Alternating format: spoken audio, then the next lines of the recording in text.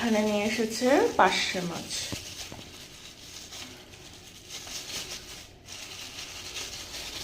প্যাকেটটা দিয়ে বেরাতে যাচ্ছে না, মাছ প্যাকেটের মধ্যেই থাকবে, আর বেরাচ্ছে। তোমরা কেমন আছো? তোমরা সবাই, আশা করি সবাই তোমরা ভালো আছো। আজকে কি কি রান্না হবে আর কি কি বাজার হলো, চলো তোমাদের সাথে একবার শেয়ার করে নিই। দেখে ফেলি কি মাছ নিয়ে আসলো। এটাই কি মাছ আছে একবার দেখে নিই। ও, এখানে এনেছে চিংড়ি মাছ।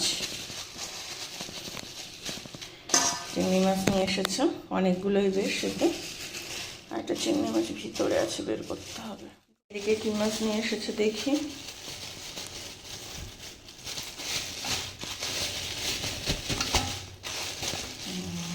এখানে নিয়ে এসেছে পার্শে মাছ।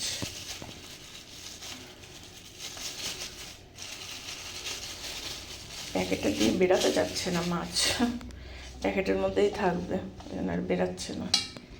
একটা দুটো মাছ বেশ বড় বড় আছে, পার্শে মাছ। এই মাছগুলো নিয়ে এসেছে। এখানে মানে 400-500 মতো মাছ আছে, পার্শে মাছ। আর এখানে চিংড়ি মাছ মনে আছে 300-400 গ্রাম তো আছে মনে হচ্ছে। দেখি এবার চিংড়ি মাছ দিয়ে কী করা যায়, আর পার্শে মাছের কী করব, আপনাদের সাথে সব কিছুই শেয়ার করব। দেখি ব্যাগে কি কি নিয়ে এসেছে আজকে। আজকে এনেছে এই যে ধনেপাতা, বেশ দারুণ আছে, কচি কচি বেশ ধনেপাতাগুলো।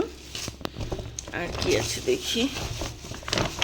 আর আছে এই যে বেগুন এনেছে, এই যে এই লাল বেগুন লম্বাগুলো নিয়ে এসেছে কটা।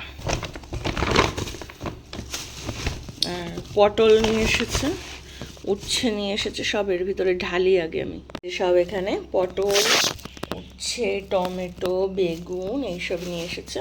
আর ভেন্ডিও এনেছে আজকে, দেখছি বাজার দিয়ে। সব আমি পরিষ্কার করে ধুয়ে টুয়ে বেছে নিয়েছি। চিংড়ি মাছের শিরাও পরিষ্কার করে ফেললাম। পরিষ্কার করে নুন হলুদ দিয়ে এবার এই যে তেলের মধ্যে ভেজে নেবো। আর এই যে আগে পার্শে মাছটা ভেজে নেবো। পার্শে মাছটা ভালো করে হলুদটা মেখে নিতে হবে।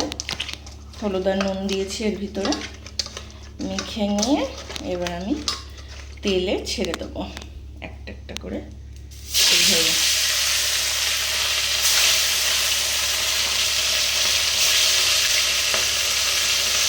আর এটা চটচট করবে, সাবধানে করতে হচ্ছে। আর এক হাতে আমি ক্যামেরা ধরে রেখে দিয়েছি। ভেজে ফেলছি। আর চিংড়ি মাছ বেশিক্ষণ ভাজবো না, 1 মিনিট কি 1.5 মিনিট ভেজে তুলে নেবো। সকালে যে রুটি হয়ে গেল টিফিনে। আর এদিকে হচ্ছে বেগুন ভাজা, লাল বেগুন, এগুলো বেগুন ভাজা দিয়ে রুটি দিয়ে খাওয়া হবে। দিয়ে আলু চচ্চড়ি বানাচ্ছি সকালবেলা খাওয়ার জন্য। আর এতে 2-1টা চিংড়ি মাছও দেবো, দিয়ে একসাথে করবো। এই যে এর মধ্যে চিংড়ি মাছ দিয়ে দিচ্ছি কাটা। চিংড়ি মাছ দিয়ে এইটা এখন করবো। আর চিংড়ি মাছের না এই যে বেরিয়েছে, ঝিলু বেরিয়েছে, এই ঝিলুটা একটু দেবো ভিতরে,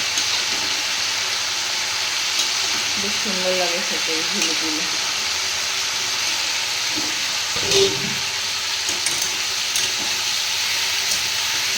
ভেন্ডি আলু দিয়ে এইভাবে চিংড়ি মাছ করে দেখবেন, দারুণ লাগে খেতে।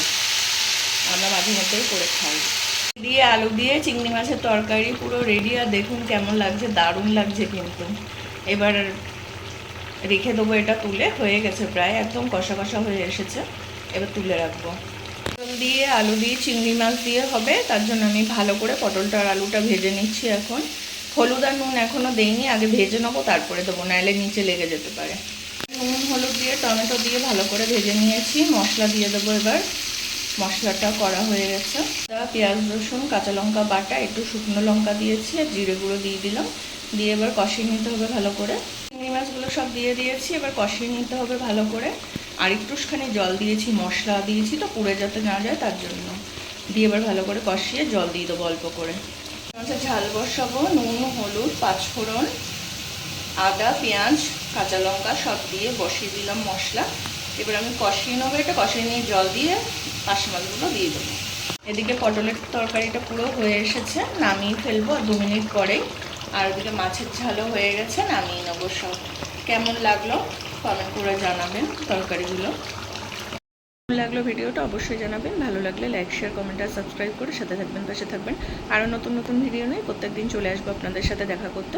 আজকে তাহলে টাটা।